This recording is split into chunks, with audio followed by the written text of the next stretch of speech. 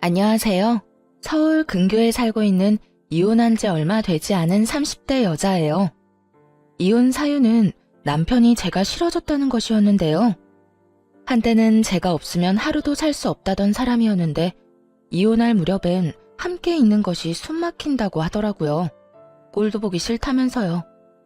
그렇게 남편과 이혼하고 난 후 그 인간과 재회하게 된 것은 응급실이었네요. 이혼 후 어떤 일이 일어났는지 들어보실래요? 대학병원에서 간호사로 일하면서 같은 병원 의사였던 남편을 만나 결혼했거든요. 그리고 몇 년 뒤 남편은 독립해서 새 병원을 개원했고 전 여전히 대학병원 응급실에 남아 있었고요. 시댁에서는 무척 잘 대해주셨는데 그 흔한 시집살이는커녕 명절에도 바쁘면 오지 않아도 되니 한가할 때 밥이나 한 끼 먹자고 권해주실 만큼 쿨하고 열린 분들이셨어요. 덕분에 남편과는 서로의 자리에서 각자 일에 최선을 다할 수 있었죠.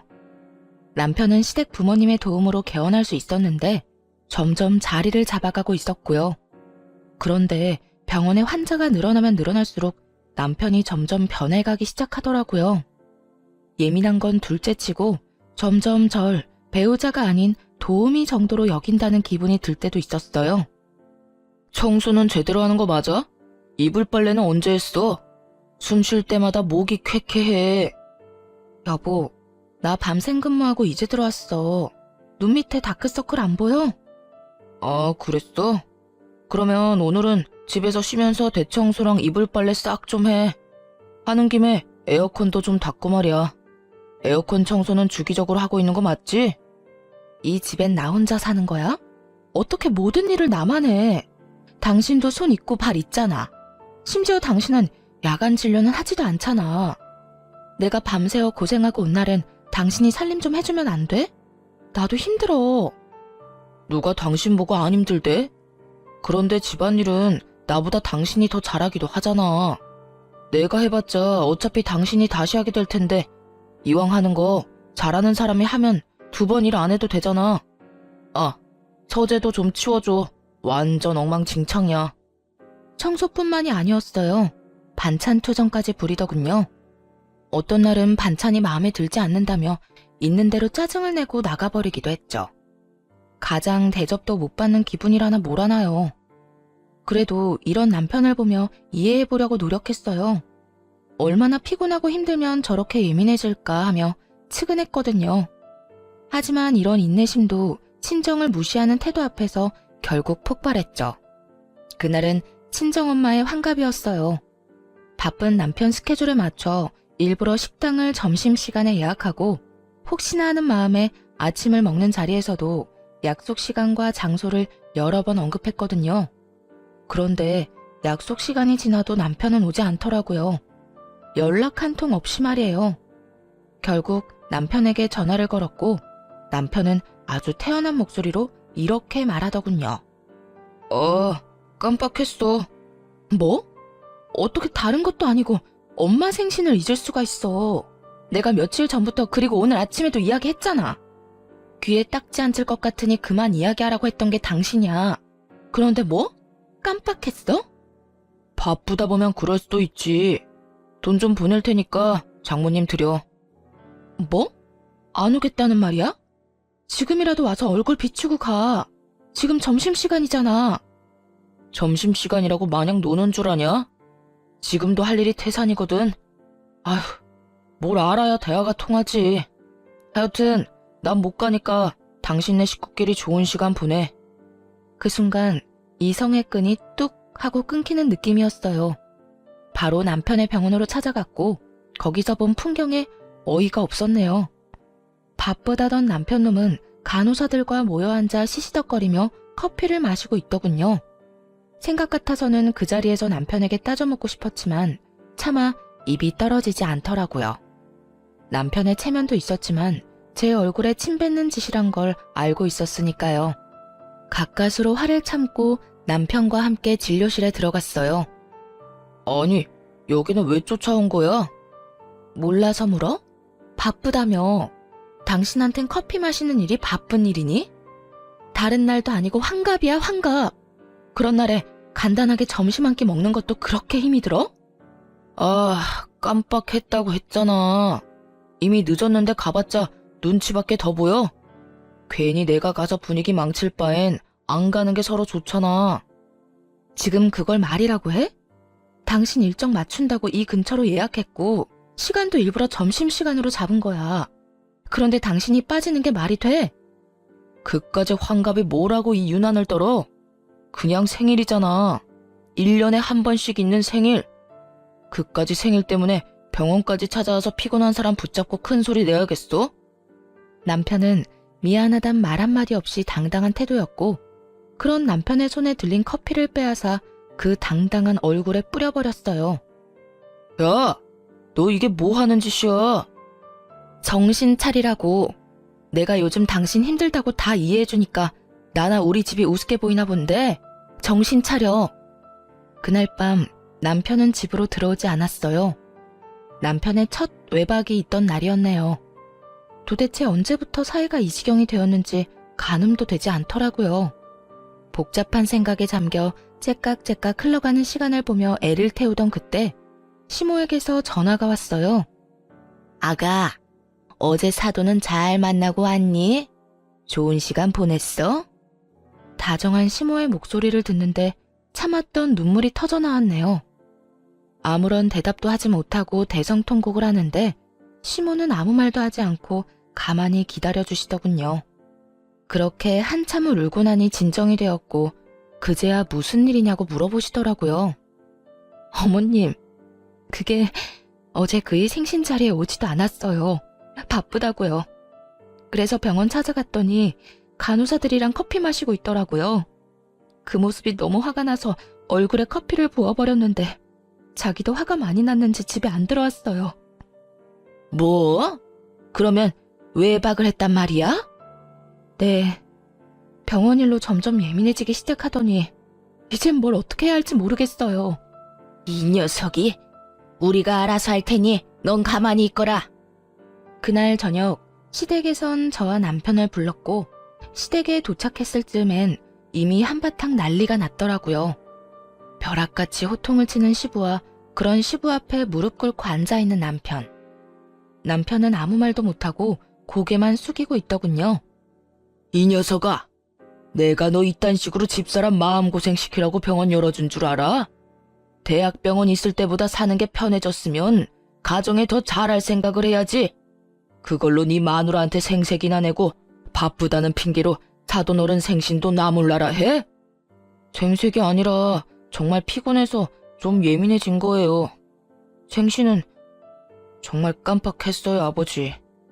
그런 정신머리 가지고 병원은 어떻게 이끌어가는 게야?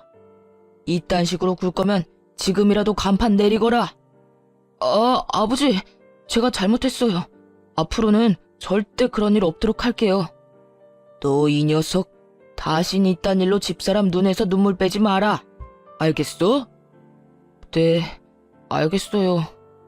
여보, 내가 미안해. 앞으로 이런 일 없도록 할게.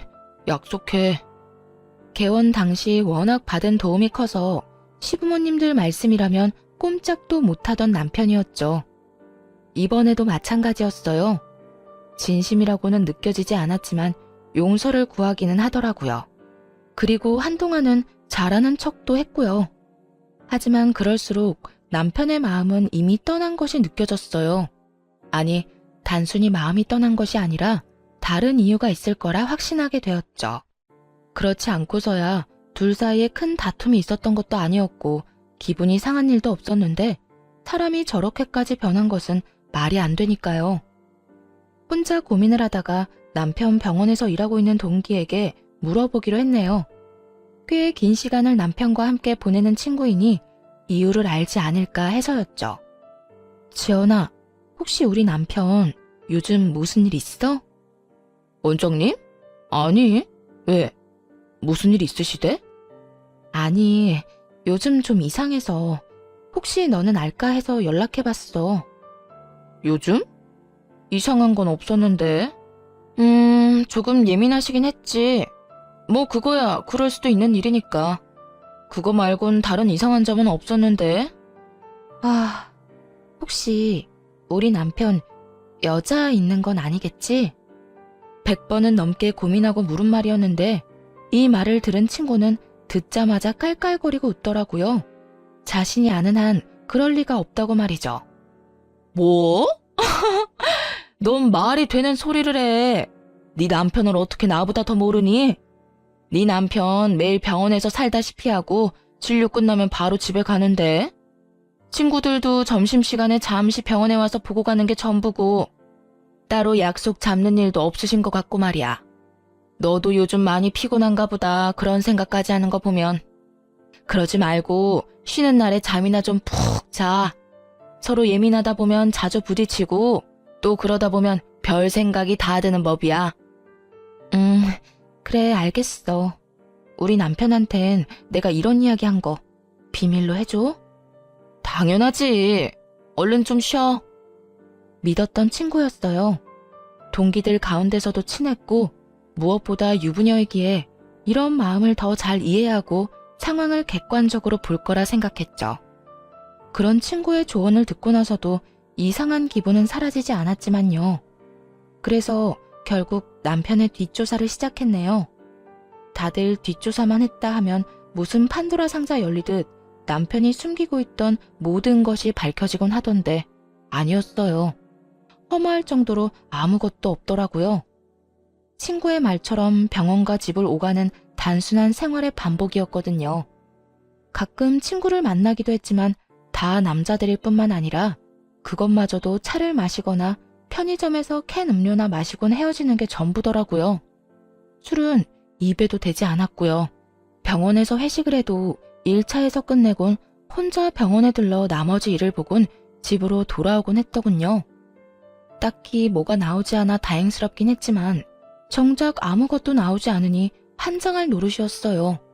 남편은 여전히 이상하게 변해만 갔으니까요. 그렇게 감정이 요동을 지던 어느 날 남편 입에서 결국 이혼이란 말이 나오고야 말더군요. 그날은 웬일로 남편이 함께 외출을 하자고 하더군요. 밖에서 맛있는 것도 먹고 산책도 좀 하자고요. 그간 좀 소원하긴 했어도 다시 잘 지내볼 생각은 있구나 하는 마음에 한껏 꾸며입고 외출길에 나섰죠. 들떠서 밝은 목소리인 저와는 달리 남편은 건성건성 대답만 하더라고요.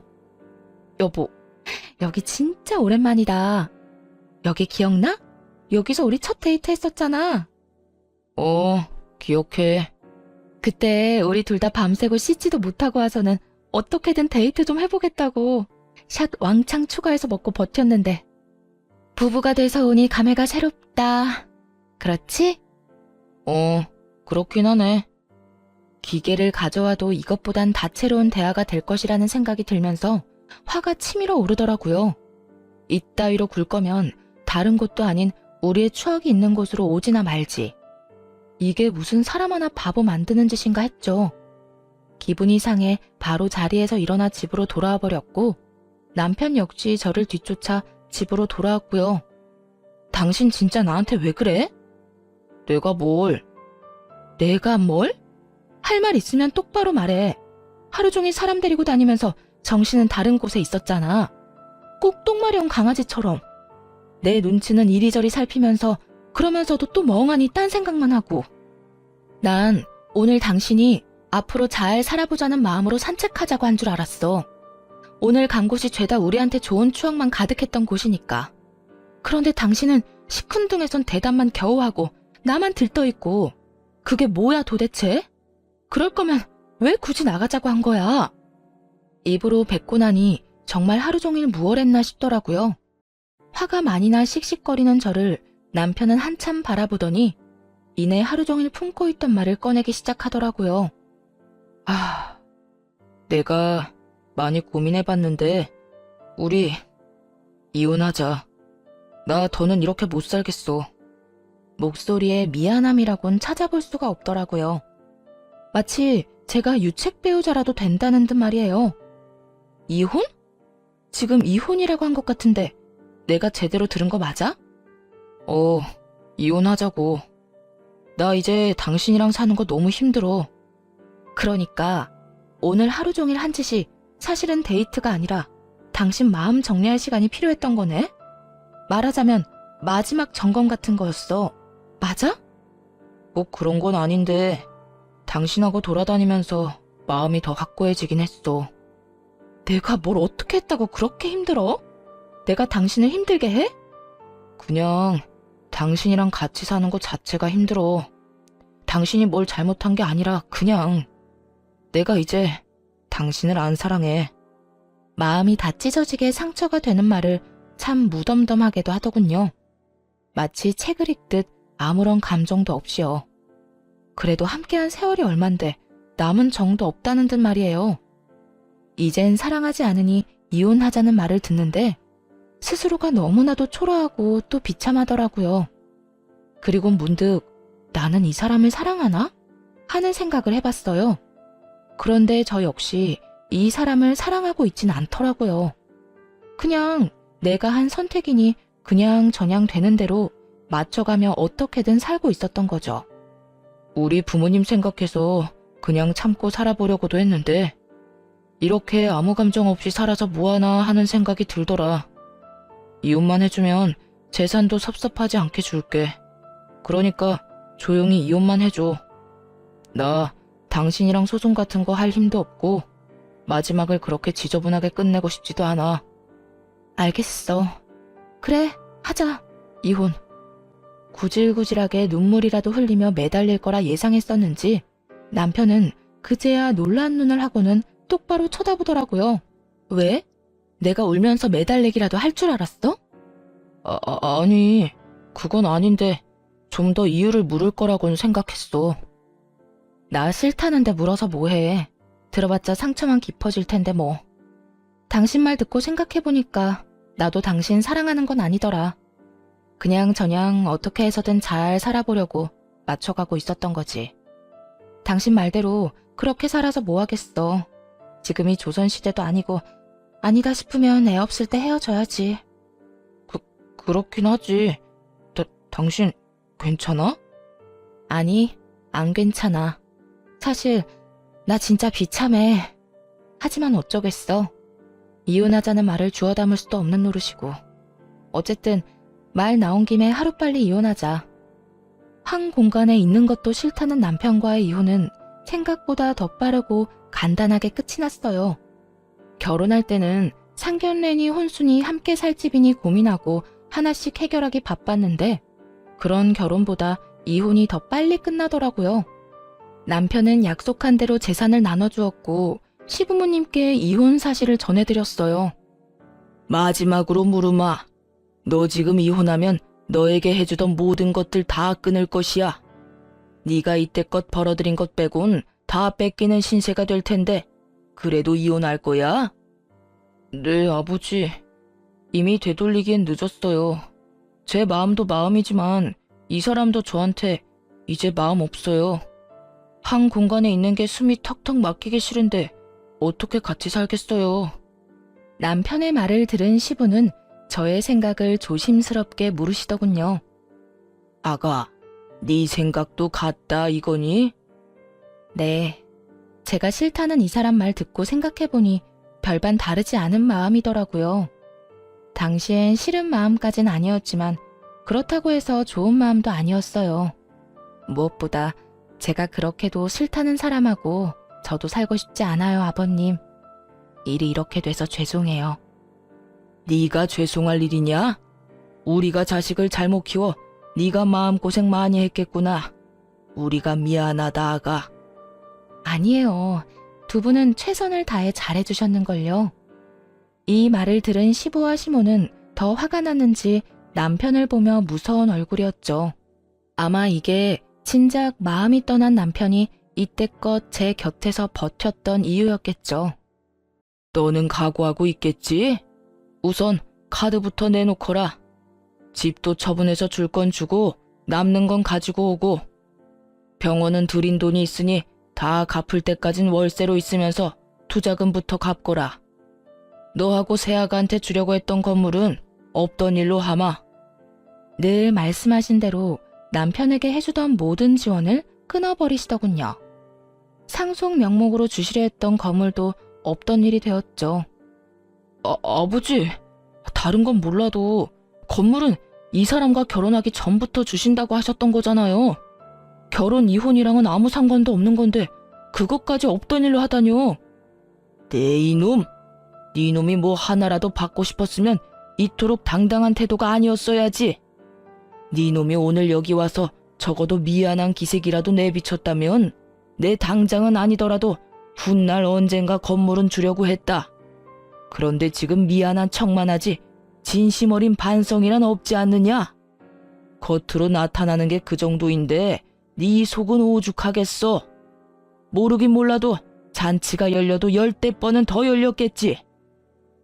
아니에요. 저도 마음이 편치만은 않다고요. 편하진 않아도 미안하지도 않다는 뜻으로 들리는구나. 아니요. 저도 죄송하고 미안해요. 진심이에요. 에휴, 더는 듣고 싶지도 않다. 내가 병원을 남겨둔다고 해서 괜한 기대는 하지 말거라. 말한 대로 투자금이 적지 않기에 그 돈은 회수하려고 남겨두는 것이니 그러니 허튼 짓 하지 말고 빚이나 잘 갚아. 시부는 투자금 회수 목적으로 월세를 내는 대신 병원은 유지할 수 있도록 해주시더라고요. 이미 마음 떠난 사람과 이혼하면서 재산이라도 넉넉히 받아왔으니 그만하면 괜찮은 이혼이다 싶었죠. 거기에다 남편이 가진 것까지 다 신기루가 되어 사라졌으니 복수도 이만하면 되었다고 생각하기도 했습니다. 비록 제대로 된 이유는 끝까지 알 수 없었지만 말이에요. 단순히 이제 사랑하지 않는다는 이유로 이혼하겠다는 말을 그대로 믿은 것은 아니었기에 더 조사를 해봤지만 아무리 찾아봐도 이렇다 할 만한 것은 나오지 않았거든요. 하지만 하늘은 저와는 생각이 달랐나 봅니다. 운명의 장난인지 전 남편과 이혼하고 2달쯤 뒤 이혼의 진짜 이유를 알게 되었으니까요. 그리고 제대로 된 복수도 하게 되었고요. 그날도 응급실에서 근무를 하고 있었어요. 크고 작은 사고가 많은 응급실이라 늘 긴장된 상태로 대기하는 편인데 그날따라 유난히 심하게 두근거리더라고요. 오늘따라 왜 이렇게 안절부절 못해? 집에 무슨 일 있어? 이혼한 돌싱녀가 집에 일이 있을 게 뭐가 있어. 그냥 계속 뭐가 이상해. 느낌이 싸해. 그렇게 주변에서도 제 불안을 느낄 정도의 싸한 예감이 이어지던 그때 큰 교통사고로 인해 긴급한 상황의 환자가 연이어 들어오더군요. 급하게 환자를 향해 달려갔고 환자의 얼굴을 확인하고는 그 자리에서 아무것도 못한 채 멍하니 서 있을 수밖에 없었습니다. 그 환자는 바로 남편과 제 동기 친구였거든요. 전 남편의 호의로 한 차에 타고 있었다기엔 새벽 3시에 가까운 시간. 누가 봐도 불륜임을 알 수 있는 상황이었어요. 심지어 임신 상태더군요. 아빠가 누구인지 쉽게 확인할 수도 없는 아이를 말이죠. 멍해서 억장이 무너지는 기분조차 들지 않더라고요. 아니, 오히려 그제야 왜 이혼까지 하게 되었는지 이해가 되며 속이 뻥 뚫리는 기분마저 들었어요. 배신감이요? 그딴 감정도 들지 않았어요. 그저 두 사람이 저를 속이고 어떻게 외도를 저질러 왔는지 그 과정이 머릿속에 쉽게 그려지더라고요. 흥신소에서도 두 사람의 외도 증거를 잡지 못한 이유는 병원에 있었죠. 병원에는 뒷문이 있었는데 간호사들도 알지 못하는 전 남편의 진료실 뒤편에 있는 작은 문이었어요. 상간녀는 그곳으로 몰래 오가며 남편과 불륜을 저질렀던 거죠. 우선 상간녀의 남편과 전 시부모님들을 병원으로 불렀어요. 상간녀의 남편 역시 알고 지내던 의사였던지라 연락처가 다 있기도 했고 두 사람의 외도에 대해 다른 증거 없이도 설명할 수 있는 장소이자 상황이라 판단했기 때문이었어요. 더불어 상황이 상황인지라 전 남편에겐 보호자가 필요한 순간이기도 했고요. 제일 처음 병원에 도착한 것은 전 시부모님들이었어요. 어찌나 놀라셨는지 신발도 제대로 신지 못하고 오셨더군요. 아가야, 이게 무슨 일이니? 우리 아들이 사고라니? 얼마나 큰 사고길래? 그게 상황이 좋지 않아요. 일단 제가 사인해서 수술은 들어갔는데 어떻게 될지. 저도 장담할 수가 없어요, 어머님. 어쩌니? 이 새벽에 왜 운전을 하고 돌아다닌 게야? 혼자였니? 아니면 누가 옆에 있었니? 그게 혼자는 아니었어요.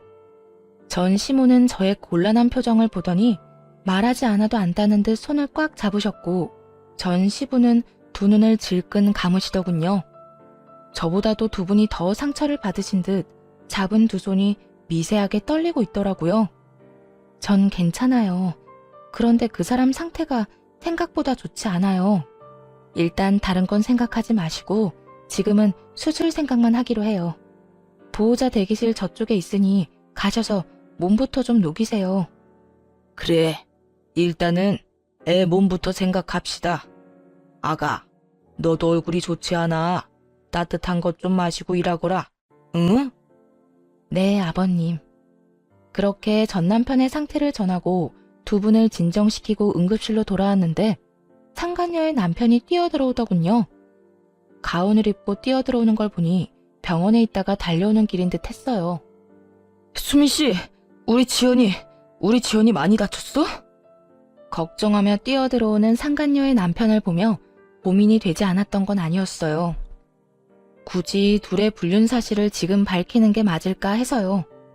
그런데 지금 이야기하지 못하면 나중은 없을 듯 했고 그렇다고 덮고 지나갈 만큼 바보는 되고 싶지 않았어요. 그래서 결심했죠. 그 순간에 모든 사실을 밝히기로요. 그게 지연이는 그나마 괜찮은데 우리 전 남편이 많이 다쳤어요. 함께 있었더라고요. 전 남편이라면 그러면 둘이 같이 차 타고 가다가 사고가 났단 말이야? 지금 이 시간에 두 사람이 함께 있을 일이 뭐가 있어?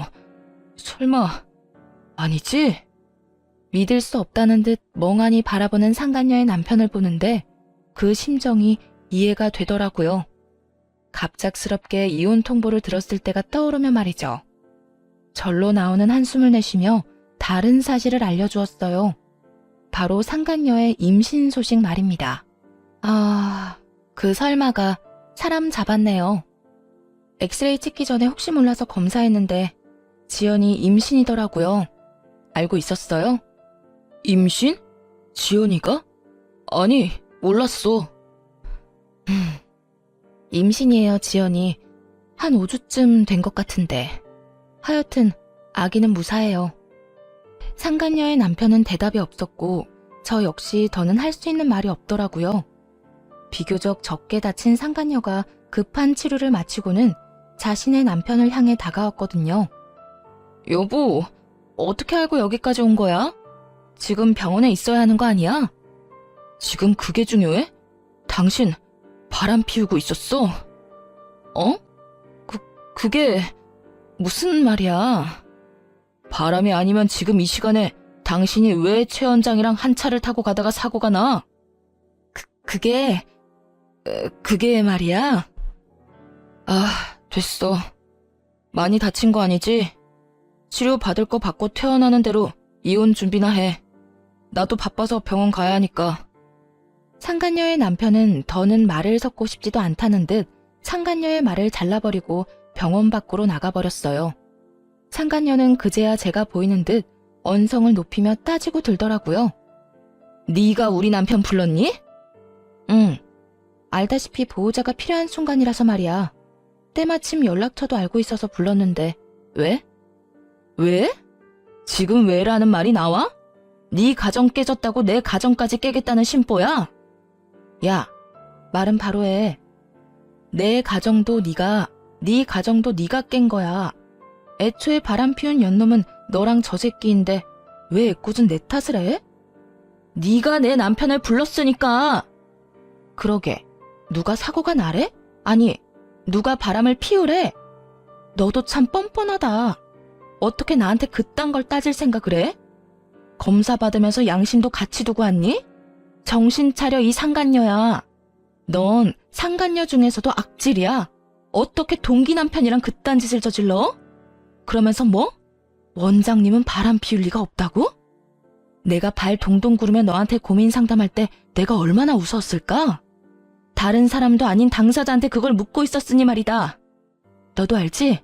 지금도 상간녀 소송은 가능하다는 거. 그냥 넘어갈 생각 없으니까 각오하는 게 좋을 거야. 상간녀는 온갖 거친 말들을 쏟아내기 시작했는데 그냥 무시하고 일터로 돌아왔어요. 그 새벽이 어떻게 지나갔는지도 모르게 시간은 흘렀죠. 그 후 상간녀는 이혼을 하게 되었더라고요. 듣기론 막상 이혼이 진행되자 상간녀는 담담하게 그 상황을 받아들이고 이혼했다더군요. 하긴 뱃속에 애도 있으니 나름 현명한 판단을 한 것이었겠죠. 그 아기로 인해 앞으로 어떤 일이 일어날지도 모르고 말이죠. 저 역시 상간녀를 상대로 위자료를 청구했고 이혼은 순순히 했으면서도 위자료는 주기 싫었는지 다시금 찾아와 득달같이 따지고 들더라고요. 뻔뻔하게도 말이죠. 야, 너 꼭 이렇게까지 해야겠어? 너 때문에 나까지 이혼하는 꼴 봤으면 됐잖아. 그랬으면 됐지 꼭 상간녀 소송까지 해야겠어? 넌 이미 이혼도 했잖아. 어찌나 뻔뻔한지 얼굴에 침이라도 뱉어주고 싶은 마음이었네요. 그냥 내쫓아버릴까 하는 생각이 들기도 했지만 뱉어내는 말들이 너무나도 주옥 같아 대꾸하지 않고는 못 견디겠더군요. 이혼하면 너희가 바람 피우는 게 없던 일이 되니? 너 때문에 내 가정이 다 찢어진 게 없던 일이라도 되냐 이 말이야. 그렇게 소송이 무섭고 돈이 아까웠으면 애초에 그딴 짓은 하지 말았어야지. 여기까지 찾아올 정성으로 차라리 용서를 구해보지 그랬어. 그랬으면 지금 이런 일은 없었을 텐데 말이야. 뭐 이미 늦었지만. 그래, 내가 다 잘못했고 너한테 죽일 년이니까 상간녀 소송 그거 하지 마. 우리 그래도 한때는 친구였잖아. 그러니까 소송만은 하지 말아줘. 응? 상간녀는 애원에 가까운 부탁을 했지만 소용없는 짓이었죠. 결국 소송을 통해 위자료를 받아냈으니까요. 이제 남은 것은 전 남편이었어요. 전 남편의 상황은 생각보다 더 좋지 않았어요. 도대체 어떻게 사고가 난 것인지 하반신 불구는 물론이고 상반신도 한쪽은 마비 증상이 있는 상태였어요. 의사 생활은 물론이고 일상생활에도 불편함을 겪을 정도였죠. 즉, 장애인으로 살아가야 할 신세가 되었습니다. 그런 신세가 된 전 남편을 보는 것은 전혀 슬프지 않았는데 슬퍼하는 전 시부모님을 지켜보는 것은 힘들더라고요. 아무래도 그간 친부모님처럼 잘 대해주신 분들이니까요. 그래서 전 남편의 곁을 지키는 두 분을 챙기기 시작했고 그런 행동에 상간녀가 안달이 난 모양이더라고요. 혹시나 전 남편을 빼앗길까 조바심이 들었는지 어느 날은 전 시부모님 앞에 무릎을 꿇고 앉아 절절한 사랑 고백을 하더군요. 저희가 비록 시작은 옳지 않았으나 마음만큼은 정말 진심이었어요. 저 원장님 진심으로 사랑해요. 그래서 뭘 어쩌란 말이니? 너를 며느리로 받아달라 이 말이니? 네 눈엔 제 불구된 거 안 보이니? 그래도 상관없다 이거야? 네, 저는 상관없어요. 원장님 상황이 어떻든 전 원장님을 사랑해요, 어머님. 그러니까 저 좀 예쁘게 봐주세요. 제가 살면서 정말 잘할게요. 저 받아주신 거 절대 후회할 일 없도록 잘할 자신 있어요. 그래, 그러려무나. 전 시댁에서 허락을 하니 상간녀는 부잣집에 시집갈 생각에 기쁜 내색을 감추지 않더라고요. 하지만 그것도 잠시였어요. 전 시댁에선 병원도 빼앗고 그나마 지원해주던 병원비마저 끊어버렸으니까요. 불구가 된 아들을 버리기는커녕 데리고 살아준다는데도 불구하고 이토록 냉정하게 구신 이유가 다 있었어요. 저와 전 남편이 이혼한 이유가 상간녀 때문이라는 걸 다 아시기도 했고 무엇보다 전 남편 옆을 지키고자 하는 상간녀의 의도가 뻔히 보였기 때문이었죠. 여러 사람 눈에서 피눈물이 나게 하고 자기는 호의호식하며 살겠다는 그 추악한 의도가 말이죠. 위자료로 전 재산을 날리고 빚까지 진 것도 모자라 거지가 된 사람의 병시중까지 들게 될 상황이 되자 상간녀는 뱃속의 아이를 핑계로 돈을 요구하기 시작하더라고요. 아버님, 어머님, 아무리 제가 미우셔도 이건 아니죠. 최소한 먹고 살게는 해주셔야죠. 아니, 치료받을 돈은 주셔야죠. 그렇게 사랑하는 사이라고 하더니 이 이야기 못 들었나 보구나. 우린 우리 며느리랑 이혼한다고 하는 순간부터 모든 경제적인 도움은 주지 않기로 했었다. 그러니 네가 그렇게나 사랑한다던 우리 아들, 네가 알아서 잘 보살피며 살아보거라. 우린 네가 무슨 말을 하든지 간에 눈 하나 깜빡하지 않을 것이니. 그러면 이 아이는요? 알고 계시죠? 저 임신한 거. 그리고 이 아기 전 남편 아기도 아니라는 거요. 그러면 이 아기가 누구 아기겠어요? 이 아기 최 원장님 아기예요. 그러니까 아기 생각해서라도 조금만 도와주세요. 최 원장님 몸도 저렇게 되고 앞으로 원장님 인생의 자식은 이 아기뿐일 텐데 이러다 아기마저 잘못되면 어떻게 해요? 상간녀의 말에 두 분도 흠칫하시더라고요. 그럴 수밖에 없겠죠. 아무래도 아들은 불구가 되어 다신 이세를 보는 건 힘들 것 같은 상황인데 그런 상황에서 뱃속에 아들의 아기가 있다니까요. 멈칫하는 두 분을 보며 상간녀는 묘한 미소를 지어 보였고 그런 상간녀에게 저와 전 남편만 알고 있던 사실을 알려주기로 했습니다. 차마 부모님께도 말씀드리지 못한 사실을요. 야, 헛소리 좀 작작해. 네 뱃속의 아기가 그 사람 아기라고? 웃기고 있네. 내 전 남편 아기 못 가져. 뭐라고? 그게 무슨 말이야? 배웠다는 사람이 이것도 못 알아들어? 네가 그렇게 사랑한다던 최 원장 무정자증이라 아기 못 가진다고. 그래요. 전 남편은 무정자증이었어요. 결혼 2년 차에 자연 임신이 되지 않아서 병원에서 알게 된 사실이었죠. 부모님이 아시면 너무 속상해하실 것 같아 일단 숨기며 이세에 대한 마음은 그때 접었고요.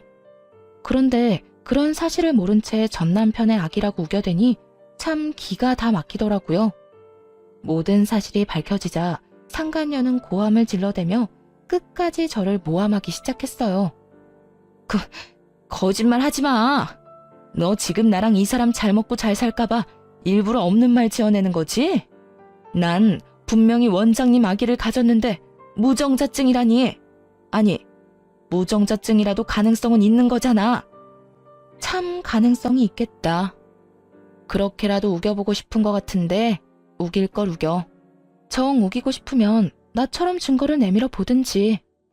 들어보니 네 전 남편 아기도 아니라던데 도대체 남자가 몇 명인 거니?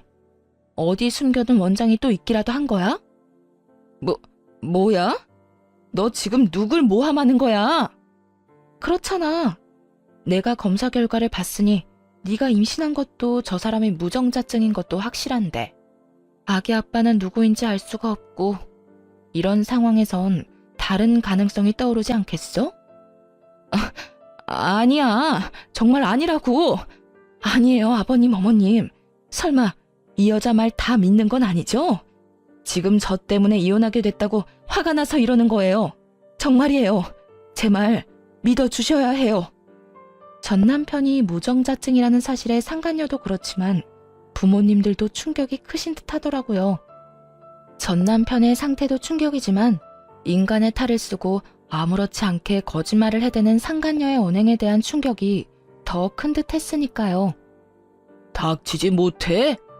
네 말이 사실인지 아닌지는 출산하면 밝혀질 것이고 그때 유전자 검사에서 네 말이 사실이라면 내 너에게 사과하고 내 재산 전부를 네 뱃속의 아기한테 물려주마. 하지만 그렇지 않다면 각오하는 것이 좋을 게야.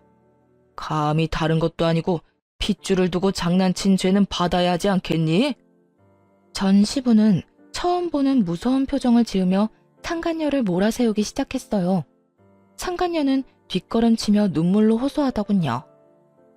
아니에요. 정말 저는 맹세코 다른 남자는 없었어요. 믿어주세요. 그렇게 확신한다니 출산 때까지 기다릴 필요도 없겠구나. 들어보니 태아 유전자 검사도 있다고 하던데 그걸로 진행하자꾸나. 네 말대로 네 뱃속의 아기가 우리 아들 핏줄이라면 우리한테 귀한 손주인데 힘들게 키울 수는 없는 노릇이니. 말을 끝낸 전 시부는 눈짓으로 상간녀를 붙잡아달라고 부탁해왔고 전 상간녀를 붙잡았어요.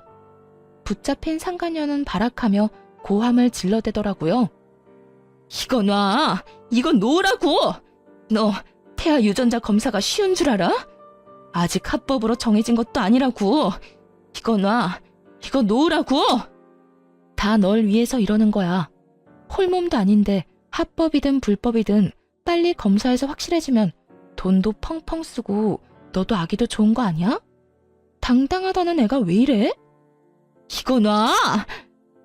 혼비백산. 말 그대로 아수라장이었네요. 상간녀는 있는 힘껏 저를 뿌리치고 도망쳤는데 그런 상간녀의 모습을 설명하기에 딱 어울리는 말이더군요. 마치 넋이 나간 사람처럼 정신없이 도망치는데 그 꼴 참 보기 좋다 싶었네요. 그 후 상간녀의 소식이 들려온 건 정확히 1년 뒤였어요. 아기를 안고 자신의 전남편 앞에 나타난 상간녀는 뻔뻔히도 임신 주수를 착각했었다며 이번에는 전남편의 아기라고 우겨댔다고 하더라고요. 순순히 넘어갈 리 없었던 전남편은 유전자 검사를 했고 결과는 당연하게도 그와는 일치하지 않는 것으로 나왔다고 하네요. 그래서 다시 한번 떠들썩했다고 동기들이 알려주더군요. 이야기 들었어? 그 상간녀가 안고 온 아기 전남편 아기도 아니래. 이번에 우리 병원에서 유전자 검사했는데 또 불일치. 그래서 난리도 아니었어. 상간녀는 무조건 검사가 잘못됐다고 하고 전남편은 꺼지라고 소리 지르고 전남편은 아니라고 생각하면서도 살짝 기대한 모양이더라고. 하기야 그렇게 당당하게 아기 안고 나타났으니 나라도 기대는 하겠다. 좀 당당했어야지. 뻔뻔하기는 진짜 뻔뻔하다. 금방 밝혀질 거짓말을 어쩌면 그렇게 당당하게 할 수 있는지. 그나저나 네 전남편 애는 확실하게 아닌 거 맞아? 확실하게 아닌 거 맞아. 그건 내가 확신할 수 있어. 그래서 걔는 어떻게 됐어? 어떻게 되긴 또 주랭랑 쳤지 뭐. 사기죄로 고소한다는 말까지 나오니까 겁났는지 도망가더라. 들어보니까 친정에서도 남 부끄럽다고 나 몰라라 한다던데. 꼴 좋다. 그러게 다른 사람도 아니고 너한테 그딴 짓을 하래? 벌 제대로 받는 거야. 네 전남편도 그렇고 그 상간녀도 그렇고. 그러면서 진짜 아기 아빠는 누구인가에 대해 한동안 입방아에 오르락내리락 거리기도 했죠. 한바탕 소동이 끝나고 전남편은 병원에서 퇴원해 요양원으로 가게 되었어요. 아무래도 집에서는 관리가 힘들고 재활도 함께 진행해야 하니 요양원에서 지내며 전문가들의 도움을 받기로 한 것이죠. 휠체어 신세가 된 전남편을 보니 아무래도 마음이 좋진 않았는데 그런 마음조차 확 날아갈 만한 일이 있었네요. 퇴원하는 날 저를 향해 갖은 악다구니를 쏟아냈으니까요. 또 내가 이 꼴이 돼서 속으론 통쾌하지? 아니, 내가 교통사고 난 것도 네가 속으로 빌고 또 빌어서 그렇게 된 거 아니야? 악밖에 남지 않은 전남편의 말을 듣는데 정신이 확 들었어요. 저딴 인간에게 동정심을 남기다니 참 순진하고 멍청했구나 하는 생각도 들더군요. 야, 정신 차려. 네가 알다시피 나 무당 아니고 간호사야. 네가 말아먹은 네 신세 내 탓으로 돌릴 생각 말고 재활이나 잘 받아. 이제 옆에서 도와줄 여자도 없는데 혼자 잘 살아가야 할 거 아니야. 야, 너 진짜 내가 가만 둘 것 같아? 네가 가만 안 두면 어쩔 건데? 네가 인간이라면 나한테 이러면 안 되는 거 몰라? 내 인생 망친 것도 모자라 본인 인생도 그따위로 망쳐놨으면 이제라도 반성이란 걸 하고 좀 똑바로 살아. 내가 뭘 그렇게 잘못했는데? 설사 내가 잘못했다고 쳐도 이런 신세가 될 만큼 잘못한 건 아니잖아. 난 억울해. 억울하다고. 난 너 때문에 하루아침에 가정도 깨지고 인생도 망가졌어. 내 잘못은 하나도 없었는데 내 마음은 산산조각이 났다고. 그런 내 앞에서 네 억울함을 호소하고 싶니? 내 원망이나 하고 싶냐고. 넌 정말 끝까지 나에 대한 배려나 미안함 따위는 전혀 없구나. 너야말로 어떻게 나한테 이렇게까지 해. 이혼할 때도 나지 않았던 눈물이 그제야 나더라고요. 울면서 고함을 질러대자 전 남편도 그제야 정신을 차린 듯 멍하니 바라보더군요. 놀랍기도 했겠죠. 울며 불며 매달릴 거라 생각했던 순간엔 눈물 한 방울 흘리지 않던 여자가 악다구니를 쓰고 달려들어야 할 순간에 눈물을 흘리니 당신은 부모님 보기 부끄럽지도 않아? 어떻게 마지막까지 이런 꼴을 보일 수가 있어? 나한테나 부모님한테나. 다리만 망가진 채로 살아. 마음까지 망가뜨리지 말고. 본인 말고 부모님 생각해서라도 정신 똑바로 차리고 살란 말이야. 전 남편은 그제야 뒤에 서 있는 부모님이 떠올랐는지 고개를 떨구더라고요. 그나마 부모님 생각하는 마음은 남아있어 다행이라고 생각했네요. 그 후 전 남편을 보는 일은 없었어요. 가끔 전 시부모님과는 만나 식사를 하거나 시간을 가지곤 하는데 그때도 전 남편의 이야기는 전혀 하지 않습니다. 그저 서로의 안부와 이런저런 사는 이야기를 나누며 시간을 보내고 돌아오곤 해요. 한 번은 전 시부모님께서 이런 이야기를 하시더라고요. 아가, 넌 재혼 생각은 없니? 네? 재혼이요? 아, 어머님, 무슨 그런 말씀을 하세요. 전 그런 생각 없어요. 그러지 말고 다시 잘 생각해봐. 너희 부모님도 내심 네가 다시 시작하길 원하실 거야. 우리도 그렇고 말이야. 우리 아들 잘못 때문에 그렇게 된 거지 네 잘못은 없었잖니. 세상 남자들이 다 우리 아들 같진 않아. 가정적이고 좋은 남자가 얼마나 많은데. 나이도 아직 젊은데 잘 생각해 보려무나. 너 시집 간다고 하면 혼수는 우리가 해주마. 네가 정말 딸 같아서 하는 말이야. 너무 걱정하시는 것 같아 대답은 잘 생각해 보겠다 했지만 재혼 생각은 전혀 없는 상태예요. 마음에도 정해진 양이 있다고 하는데 이미 전 남편에게 온 마음을 다 쏟은 것 같거든요. 사랑도 미움도 무관심도 말이에요. 언젠가 이 마음들이 다시 채워진다면 그때는 다시 좋은 사람을 만날 수도 있지 않을까요? 요즘 전 병원을 그만두고 휴식을 취하고 있는 중이에요. 너무 많은 일이 있기도 했고 간호사라는 직업에 대한 회의감이 들어서요. 갈림길에 서서 고민을 하는 단계라고나 할까요? 요즘엔 유아교육에 대해 공부를 하고 있긴 한데 이 어두운 터널을 벗어나 무엇을 하며 살아갈지 기대되는 요즘이네요. 이로써 저의 사연은 끝이 났네요. 긴 사연 함께 해주셔서 감사합니다.